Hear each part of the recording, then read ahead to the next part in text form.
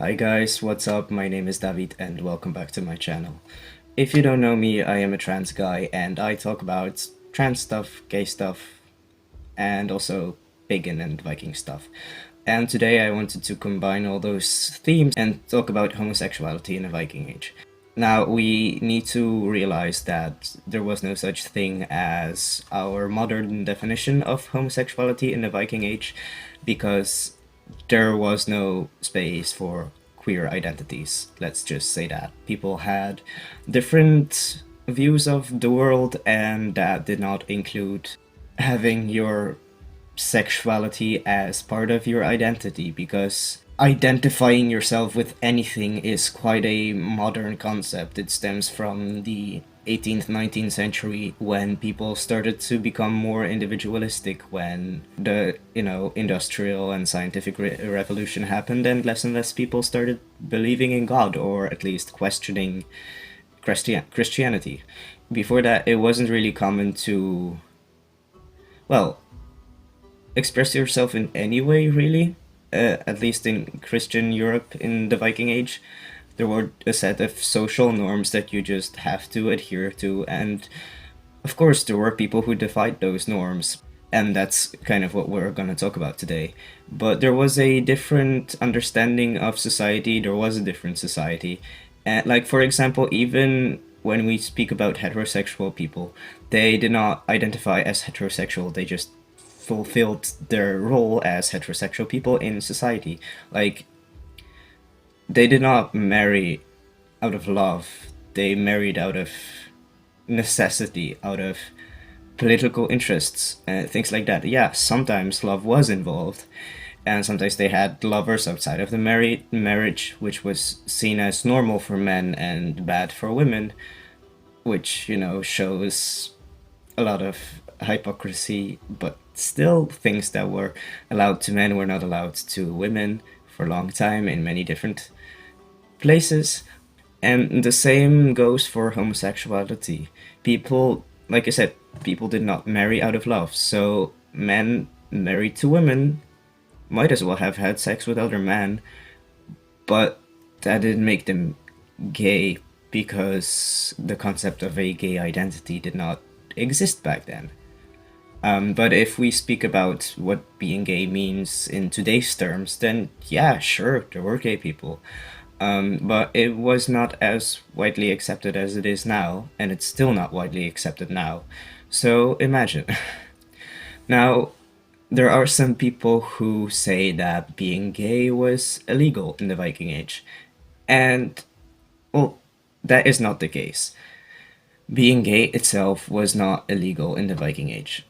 Not only because it just wasn't, but also because being gay was not really a thing. So you cannot legislate something that does not exist. But there was one thing, however, that was illegal, and it was implying that someone was a passive homosexual, so a bottom, without having any evidence or reason to do so. Because honor was such an important value in the Viking Age, calling someone a bottom without them actually being one was a death to their honor. And since in the Viking Age there was also a culture of revenge, if someone killed your honor, you were allowed to kill them. So, yeah, calling someone gay could result in your death. That still does not make homosexuality illegal, but it does show attitudes toward it. If calling someone a passive homosexual was so bad, it meant that the act itself was seen as bad too. But probably not because it was gay. Most people think it's because being a bottom meant reducing yourself to a feminine role, being the woman in the act, and that was seen as unmanly, obviously.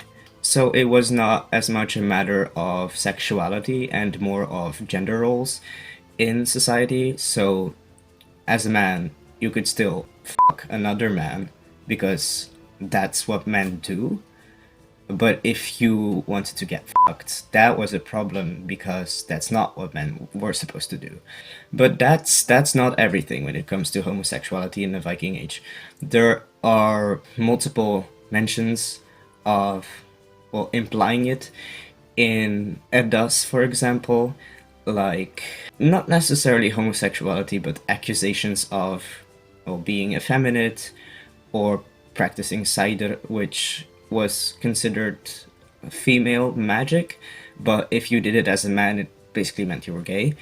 However, one of the most important gods of Norse mythology, Odin, practiced this magic. So, this manly man, the All Father, practiced gay magic. Like, it was seen as something bad, but still, this important god did it. So, it did happen, it did exist. Of course, different rules might apply to gods than to humans, but still.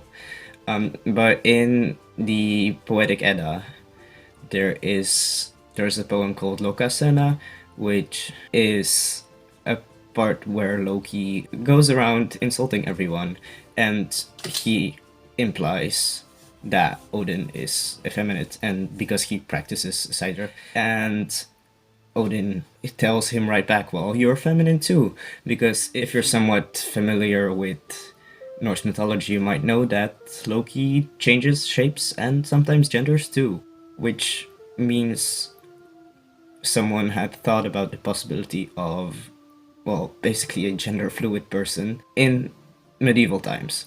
And then there's also, speaking of Loki changing shapes and genders, there's another poem called Thrimskvida, where Thor's hammer gets stolen, and to get it back, the giant who stole it wants to marry Freya. But Freya does not want to marry him, so Loki decides that he and Thor have to dress up as women, Thor as Freya, and Loki just as his bridesmaid, and go get the hammer themselves. Now, this is a possibility that this poem is influenced by Christianity to make fun of the Norse gods, to make them look effeminate, but it's still a mention of cross dressing in mythology, which is, well, let's just say not entirely cishet. But we might not know if this actually comes from the Viking Age or later Christian influences trying to make fun of the gods. Now, there is also a lot of lesbian erasure when it comes to homosexuality in the Viking Age. There is just no mention of lesbians whatsoever in saga literature, in sources, and things like that. Does this mean that lesbians did not exist? Probably not. But it does mean that it was not seen as much of a threat, women sleeping with women, than men sleeping with men. It was not seen as something that should be legislated against or even talked about. So, yeah, it probably shows more about misogyny and focusing more on men than just lesbophobia. So, yeah. We just have to realize that homosexuality has been with humankind throughout the entirety of history. Even when those labels did not exist, there's always men who sleep with men and women who sleep with women. It's just, those are natural feelings. People feel this desire towards different people, and that's okay. Fortunately, it's starting to get more and more accepted because it just should be seen as normal. Because there's nothing wrong with being attracted to the same sex, and there's nothing wrong with being attracted to the opposite sex or to everyone or no one at all. So even though being gay was seen as bad in different places and different times in history, doesn't mean no one was gay.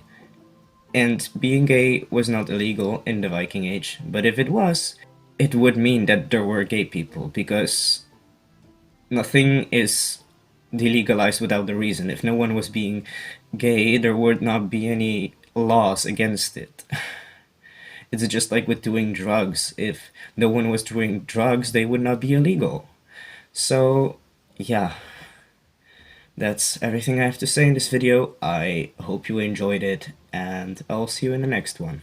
Bye bye.